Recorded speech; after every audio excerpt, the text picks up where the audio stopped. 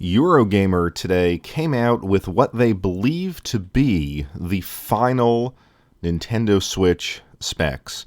And as I was reading their article, which I'll link to below, I really couldn't believe what I was reading. I think Nintendo has ultimately been very conservative about the implementation, if Eurogamer is correct. And it's fair to mention that Eurogamer has been reporting about the Nintendo Switch for some time, and many of the reports have been quite accurate. So I think Nintendo has gone really conservative in what they've put in to this console. I'll just quickly review what I read here. I think the key thing here is that it's using NVIDIA's Tegra X1 chip, which is a Maxwell chip, instead of the X2, which is a Pascal-based chip. Of course, Pascal being their latest graphics card technology. So what that essentially means is the Tegra X1, to my knowledge, is about a 2-year-old piece of technology. And it's a little disappointing that that is what has made it in to, at least in Eurogamer's opinion, the final spec for the Switch. They also go on to point out that even though that is the case, it's still not running at the stock. It's running actually a little bit below the stock specifications of a basically Android Tegra X1 implementation. And again, you can read through and see what all that means. Basically, it's just a little bit below what you would get in, say, the Android TV or the Shield.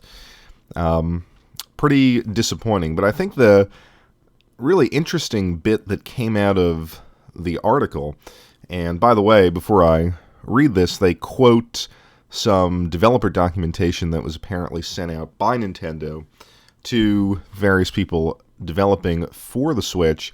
Quote, the information in this table is the final specification for the combinations of performance configurations and performance modes that applications will be able to use at launch. So what was in this table? Well, basically, the system undocked really drops about 40% in power. According to Eurogamer, the CPU speeds remain consistent at about 1020 megahertz, but the GPU is severely underclocked, going from 768 megahertz down to 307. So basically, when you have it in the dock, it's about 2.5 times faster. And the interesting thing that they mention is developers will have a choice when they release their games of locking the game to that lower spec, even in the docked mode. So they go on to quote some anonymous source here saying that the difference could be like PS4 versus PS4 Pro, but in some cases, even when you've got the Pro implementation going, i.e. docked and connected into your television, it still may be running at the lower spec. That is incredibly disappointing. And it's disappointing because, for all the complaining I do, I was actually pretty hyped about the Switch. I actually was putting together a series of commentaries about sort of the high points and low points of 2016, and one of the high points to me was the announcement of the Switch. I really did think this was a departure from the Wii era mentality. And what was that mentality? It was basically putting out a piece of hardware that was graphically underpowered relative to the competition and hoping to win an audience with a control gimmick. Worked brilliantly with the Wii. They made a ton of money. Failed with the Wii U.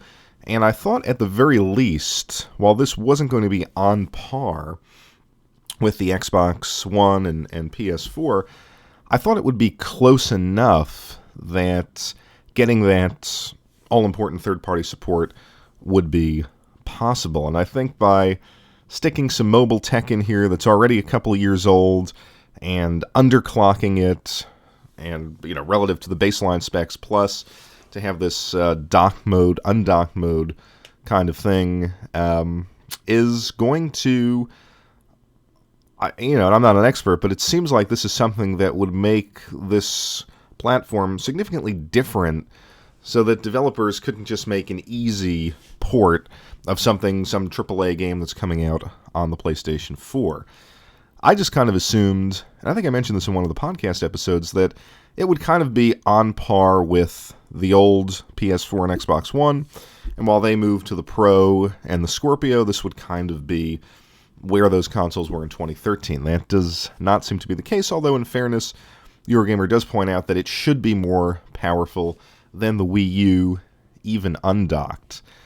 But it does, on the one hand, make it very impressive that we saw them demo Skyrim and NBA 2K17.